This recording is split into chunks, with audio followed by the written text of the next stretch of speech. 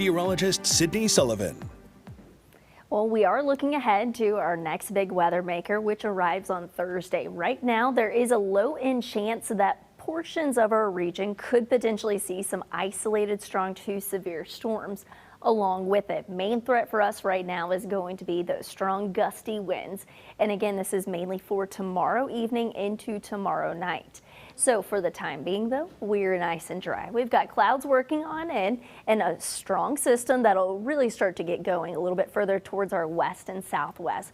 That will bring us those changes heading on into tomorrow.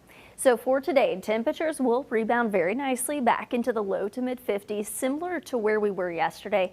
Not quite as much sunshine. That was certainly a welcome change, but it at least is coming with a bit of a warm up for us as we go into the next couple of days. Compared to earlier in the week, this is going to feel like quite the warm up.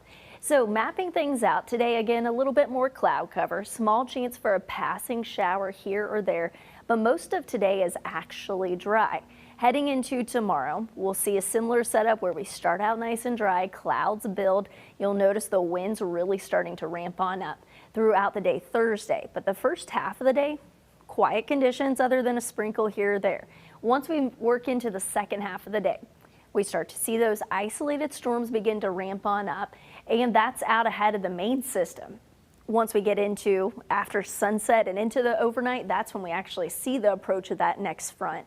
That'll bring in the possibility of widespread rain, potentially a few isolated storms that could become strong, and then this system's in and out of here by the time you're waking up Friday morning. So it is going to be one of those systems that quick moving, lots to watch with it. We do have enough energy with it where we could see some strong gusty winds out of it.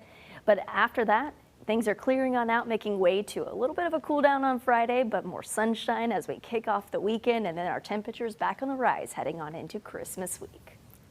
Sydney, thank you.